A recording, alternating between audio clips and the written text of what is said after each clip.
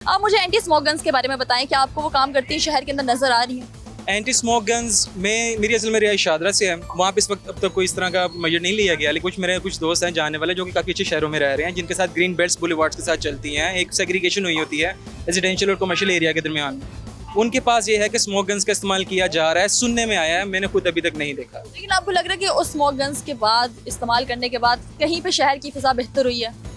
नहीं, I don't think, क्योंकि अब तक ना मेरे सामने कोई रिपोर्ट लाई गई है, ना हमें इस वक्त कोई आगाही फैलाई गई, ना जितनी एडवर्टाइजमेंट चल रही हैं आजकल मार्केटिंग ही चल रही है ना, लेकिन आज तक स्मोक के ऊपर किसी ने एडवर्टाइजमेंट नहीं की। जो भी करते हैं, लेकिन मैं यही कहूँगा कि ना हमारे पास इतना बजट है होता है इन चीज़ों की, छोटी छोटी स्टेप्स के लिए जो कि हमारे इन्वायरमेंट को बेहतर बनाती हैं।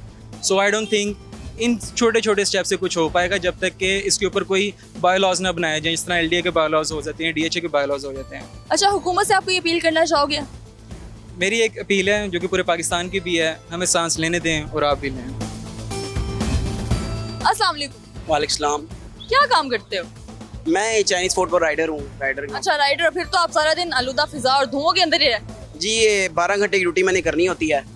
ऐसा होता है कि अब एक हफ्ते से ऊपर ही हो गया, मेरी आंखों में डेली दर्द होता है, मेरे सर में दर्द होता है, आधे सर में भी हो जाता है। तो क्यों हो रहा है? आपको क्या लग रहा है ये सब बीमारियां, ये जितने भी आपको असरात नजर आ रहे हैं, क्यों है? ये स्मोक की वजह, धुआं, जो मिर्चें भी लगती है मेरी आंखों में बाकायदा।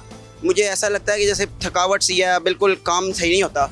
ये स्मोक की वजह से जैसे बड़े ट्रक हैं, अभी मेरी अपनी बाइक के रिंग पिस्टन ख़त्म थे, मुझे वार्डन ने रोक लिया, कहता धुआं मार रही है। मैंने जब ठीक करवाई उसको तो फिर मेरी जान छुटी भी है। लेकिन गरीब की अगर बाइक भी धुआं मार रही हो छोटी, उसको साइड पे कर लेते हैं। बाकी जो ट्रक हैं, गाड़ियाँ हैं कोई बड़ी, उनको कोई नहीं रोकता।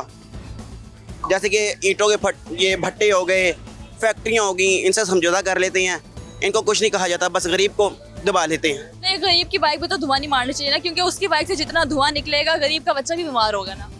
तो वही ना, रिकवर कर लिया ना, बस ठीक करवा लिया, इसी मतलब इशू। क्या कहोगे, हुकूमत को कौन से इनिशिएटिव लेने चाहिए धुआं मारती गाड़ियों, मोटरसाइकिलों के ऊपर?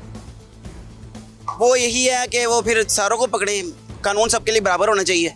ये होटल हो गए वगैरह, ये सारी चीज़ें, हर तरफ से धुआं देखा जाता है, तो ये सबको ही बराबर होना चाहिए, पकड़ना चाहिए।